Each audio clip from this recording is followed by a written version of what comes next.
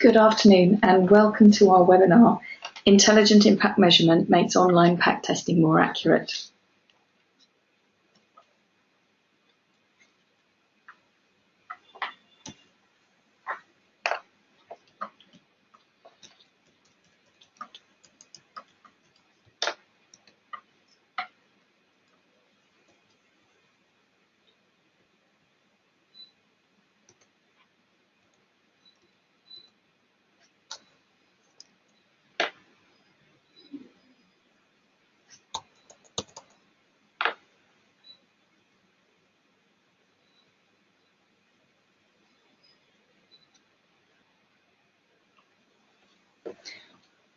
Good afternoon and welcome to our webinar, Intelligent Impact Measurement Makes Online Pack Testing More Accurate.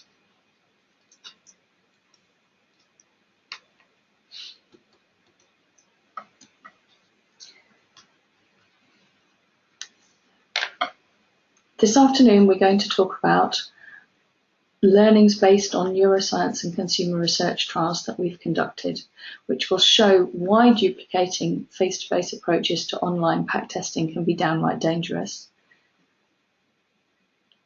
and discuss how mastering subconscious shortcuts that sabotage shelf reality can more accurately assess pack performance.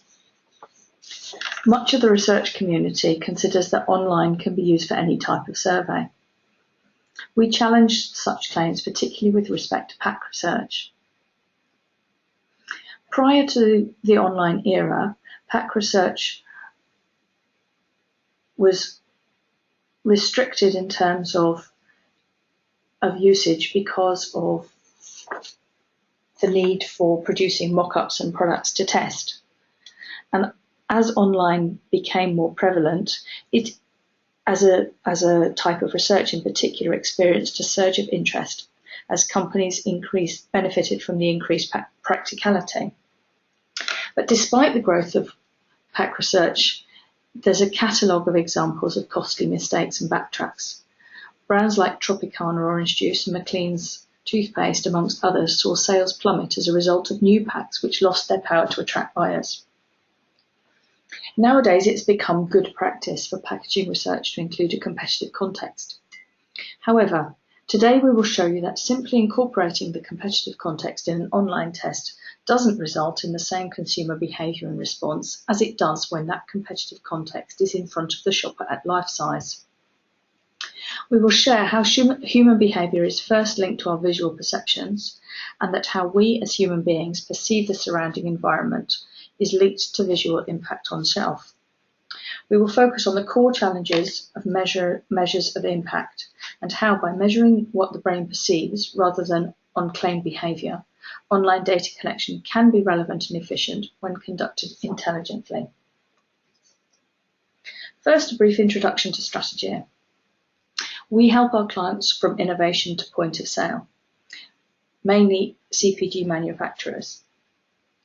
Packaging evaluation, be it evaluation, communication or functionality, is one of our key areas of business. We've over 20 years of experience in pack research, 30 next year in business overall, and we have an extensive database of pack performance across many categories. We have offices in 11 countries and operate in more than 50 countries across the main continents, through which we distill local insights globally. On to the topic of today, packaging. In the same way that we as individuals have two lives, a public life when we're working and out and about, and a private life at home, so does packaging. If we want to be successful, we have to be successful in both those lives. Look at all the politicians brought down in their public life by some personal scandal. So too, the pack needs to be successful in both its competitive situation and outside of that competitive situation. Lars Valentin, formerly Vice President of Communication and Design at Nestlé and now a consultant, said, "Packaging is like a 5-second advertising running constantly." It's fair to say that the pack is key in the marketing mix. Advertising has a specific length, but the packaging is always communicating your product, your brand, and your company in general. And in shelf or when using it at home. So the pack actually has two different and very important jobs. In the shopper life, it needs to speak to the shopper, to be seen and recognised, to overcome the competition and attract that shopper to buy it. In the consumer life, we're speaking to the consumer, and with them we're looking to establish liking, fulfil expectations of handling, usage, information, feel, etc. And in both those environments, we're looking to convey a positioning. In the shopper life, the packaging needs to be establishing the positioning. And in the consumer life, it's building on that positioning and telling the brand story. So the shopper and consumer are interacting with the packaging constantly.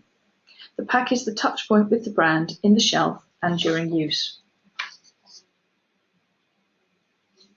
It's not an easy job, and the pack sometimes, even often, is the only means of communication, as budgets are increasingly limited and there's advertising above or below the line not conducted. So the roles of the pack in the shopper life, as the touch point at the shelf, are giving orientation at the shelf, communicating with the shopper about the product and brand, and influencing the purchase decision at the point of sale. Let's put some numbers on the influence of packaging on purchasing behaviour. So in terms of trial, 64% have tried something new because the packaging caught their eye. The pack's also important in repeat purchase. 41% have purchased a product again because of the packaging. And it also helps to drive switching. 36% have changed brands from a product they've purchased in the past because of new packaging.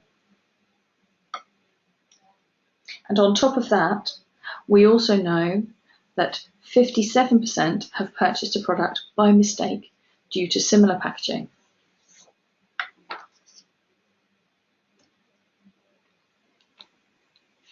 When we look at our database to assess why new packs fail, we see that half of them are failing, as in not passing the research objectives in their shopper life, and a further 30% have issues in both their lives. This means that the shopper life is the more complicated element for a pack to fulfill. And it means that if you don't include the shopper life when you test a new pack, then you risk giving the go-ahead to a pack that won't get past the post-moment of truth. Surely, you might ask, including a competitive shelf in an online pack test will do the job of incorporating the shopper life when testing a new pack, won't it? Unfortunately not. Duplicating face-to-face approaches to online can be downright dangerous, even as dangerous as not including the shopper life at all. Let's have a look.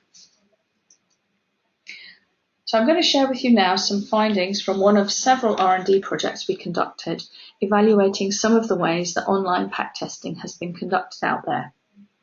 In this example, we tested packs in a virtual life-size shelf poster and with a reduced shelf on a monitor display.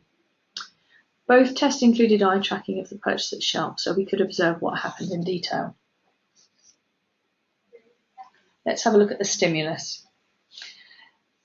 We used a life-size poster showing 5 shelves of a chiller cabinet and a total of 150 product facings for the real size version. That shelf was approximately 2 meters by 2 meters, which is actually quite small compared to the shelf dimensions we more commonly work with.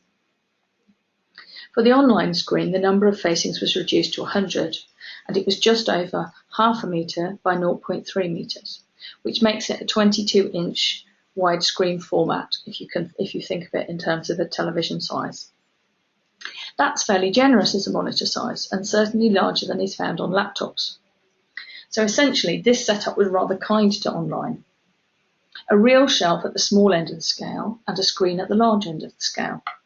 That should have given the online environment a fair chance of succeeding. Unfortunately, the online shelf was not successful. Whereas we saw that purchase at the life-size shelf closely replicated market data, those are the purpley red bars to the left, we can see that La Laitier is the main brand, followed by Bon Maman, followed by Senoble. When we look at the shelf, the purchase from the shelf on screen, we see in fact a reversal of that order, with Senoble being the most purchased brand and Bon Maman and Laitier being more or less equal in second place. There were other issues as well. First, in terms of first visual impact, that's represented here by the red dots you can see on the images. With the screen, this was higher and more focused than with the shelf display at life size, and you can see that large red dot in the center of the on-screen, and then the two smaller dots around the side, compared to a more distributed and even first impact location using the real size. So the focus of the gaze is on the center of the screen. That's why, as a result, the more central position and the contrasting colour of the Senoble pack, which was blue in a predominantly brown shelf, gave it more impact and therefore more purchase than it has in reality. When purchasing, we also saw on the life-size shelf, respondents were visually navigating the whole of the shelf, whereas in the screen they were focusing again on the centre of the shelf, and their navigation was less thorough. Notice how much more green and yellow there is on the life-size image compared to the online version. But surely there must be a way. Can we find a way that will represent the shopper life online and will replicate in-market outcomes? We tested a range of alternatives to find out.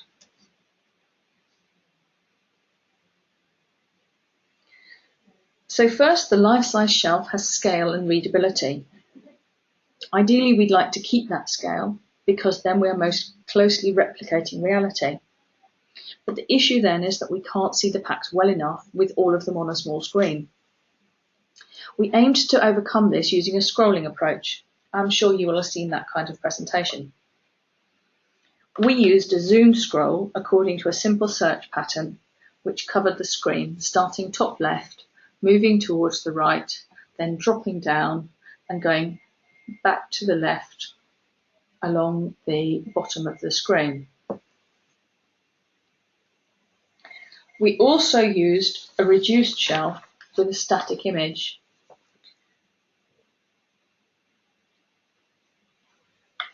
Focusing on a smaller number of facings used to replicate the shelf. So I'm going to show you the results of those two versions.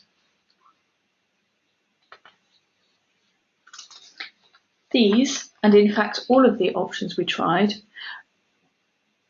we couldn't find a balance which accurately reflects life-size search recognition.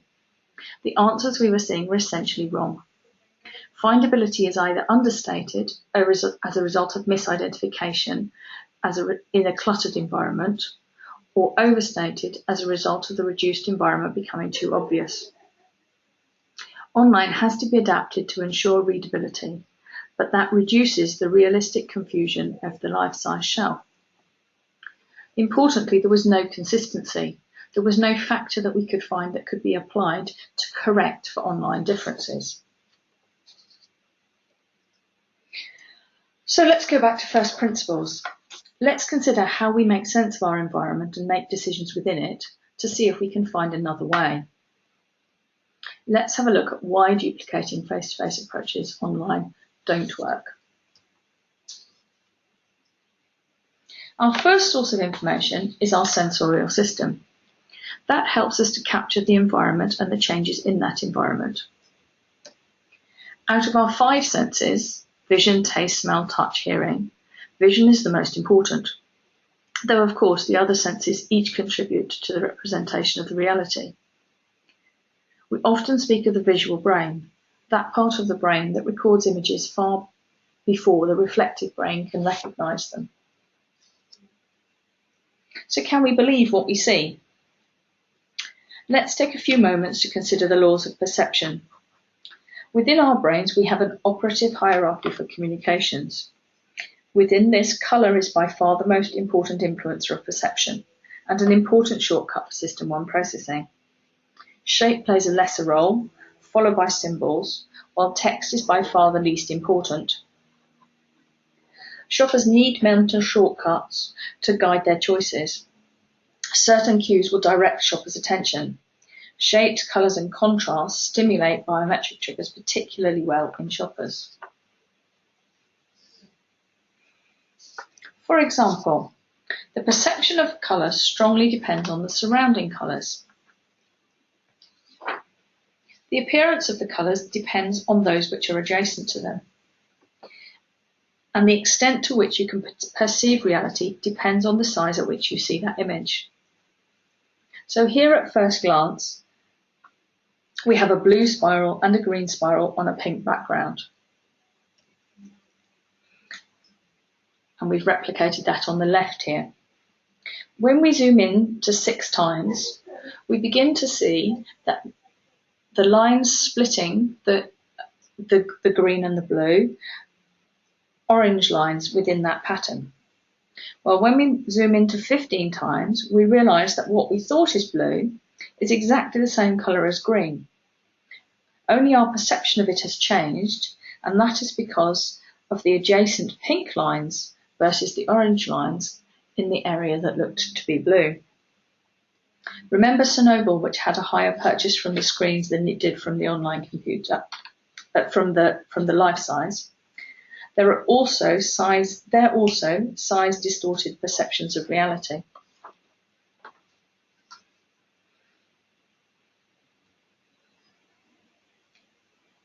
Our eyes see what our brain wants us to know. The brain makes its own picture of the situation. So the eyes are actually seeing more of a painting than a picture, like the image on the left. It's not completely filled in. The brain fills in the gaps and interprets what the eyes are showing it according to knowledge and culture, and based on what it already has stored in its System 1. If it can match what we get through our eyes with something we have seen, or whether it can't. So you could say that we see with our memory, even if System 1 isn't our conscious memory.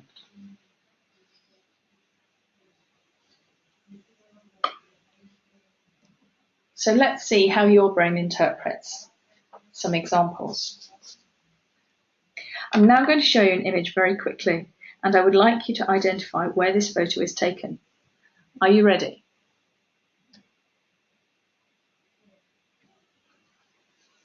Did you think it was London? Probably you got that one. Now another example. This time I'd like you to look and tell me what brand this is. Did you think it was Coca-Cola? Many people do. But in fact, we got you on this one. It's a brand called Meca-Cola who have borrowed the shapes, cues and colours of Coca-Cola in order to deliberately borrow the associations with that brand. So we don't need to see to recognise, or even to think we recognise. When we use shortcuts in System 1, we do make mistakes because the brain is filling in the blanks. When you're considering a new pack, you want to be sure that the iconic cues which consumers use to shop your brand are maintained, and it doesn't lose its emotional associations with brand and category. Remember our London bus. That was the new style bus. They're still not that common here, even in London, and if you're not based here, you may not have seen it. But there were enough cues in the design for you to recognise it. And one more example. Which brand is this? I would be surprised if you got it. When you have never seen the brand, and I doubt very much that any of you will have seen this brand, Janet, it makes it much harder to identify. We don't recognise what we don't know, even if we see it, because there's no hook in our brain to the brand. We saw that it was a bottle of water, but the question was the brand, and there was nothing in our System 1 that could help us identify that. So understanding the source of impact is therefore important in understanding shelf performance. So we've shown that we buy with our eyes. We need to remember that, and also to remember that our eyes can deceive us. We are seeing with our memory using our System 1 shortcuts.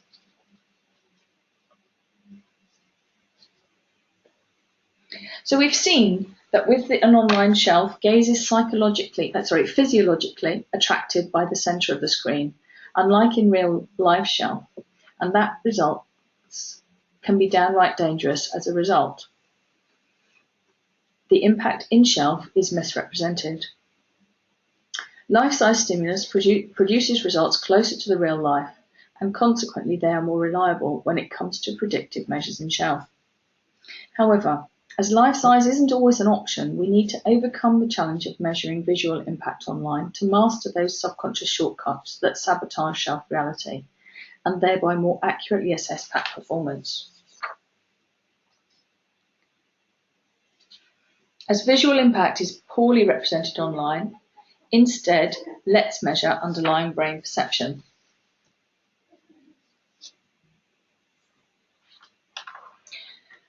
The brain is a high-energy machine. It uses a quarter of our energy, despite weighing only 2% of our body weight. And to survive, it has developed 2 operating systems. We've talked already about System 1, which judges the immediate surroundings and issues. It's recognising something that it's experienced before and jumps to a conclusion fast. It's fully automatic, unconscious, intuitive, and learns gradually over time using emotions. It saves us masses of energy and actually makes most of our decisions for us. The key issue, as we've seen with duplicating offline real-size shelf research in an online fashion, is that that online approach doesn't allow the consumer to use their System 1 shortcuts as they would in the first moment of truth. Because of this, consumers have to switch from their natural autopilot approaches to a conscious, deliberate process, the System 2, which is hard work, slow, and makes you tired. So as a result, they have to resort to reading the situation logically and claim behaviour is distorted versus the market and shelf reality. To overcome these obstacles, we have to enable the subconscious shortcuts to come to the fore again and more accurately assess pack performance. Therefore, when testing online, we don't start the test with a shelf, because as we've seen, it doesn't realistically measure impact or purchase. Instead, we start the test with a flash test at T-scope or tachistoscope that assesses recognition of a pack and the source of impact. Flash tests consist of showing something too fast to be consciously recognised, like the bus, cola and Janet examples we saw earlier. However, the visual brain is able to capture some signals and connect with them. This enables us to identify which elements of a pack design are memorable. For a new design, it's critical to understand if the key codes for recognition are identified. The individual pack flash test, which is the first element of our approach, assesses recognition of a pack and the source of its impact. And secondly, it's also critical to validate how a pack facilitates accurate identification of the brand, range and sub-range and variant in the competitive situation to make purchase easier for shoppers. So as a second step to evaluate this pack findability online, we conduct a flash test with a competitive context on one screen. Let's have a look. So first I'm going to show you a pack for a brief moment, and I'd like you to think about what you saw on the packaging. After, we'll show the same image again with a slightly longer duration, where you should be able to see something slightly longer. What did you see from that? After the top of mind report, We probe about brand, product, variety, etc. And let's do the same again. Are you ready for the next one?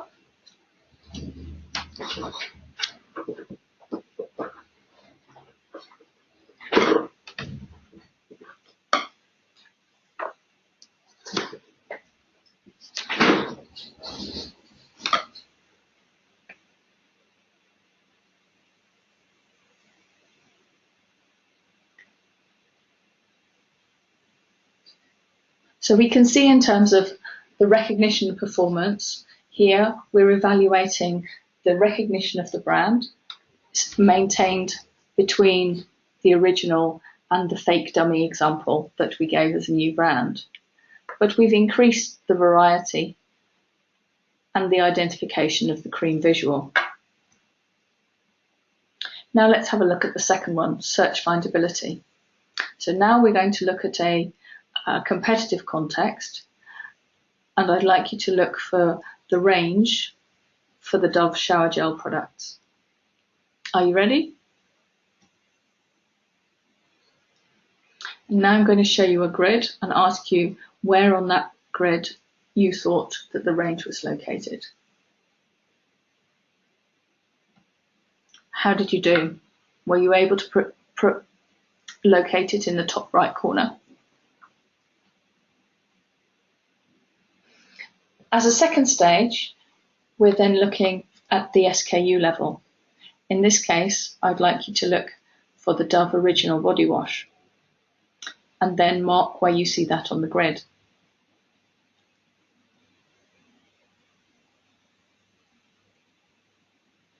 How did you do? Were you able to locate it?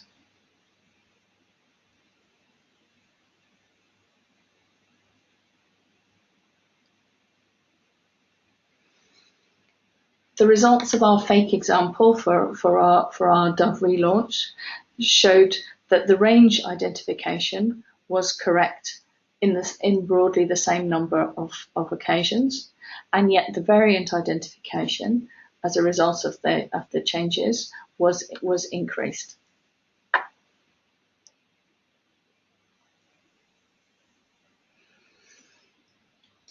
So as well as these online neurometrics, which are looking for recognition, source of impact and findability, other critical elements and variables are evaluated in and out of shelf.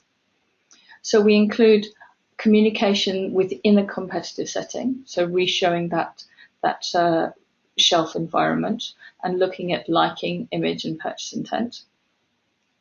And following on with out-of-shelf diagnostics, functional and emotional elements of the pack, diagnostics of specific features and identifying the areas for optimization.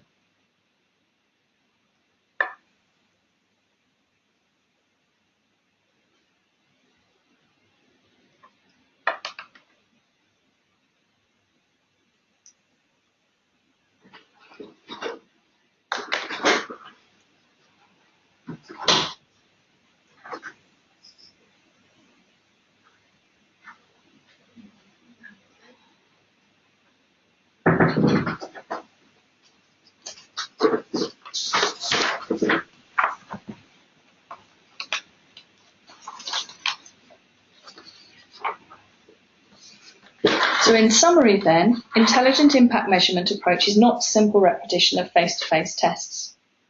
It established impact via brain perception in place of visual impact.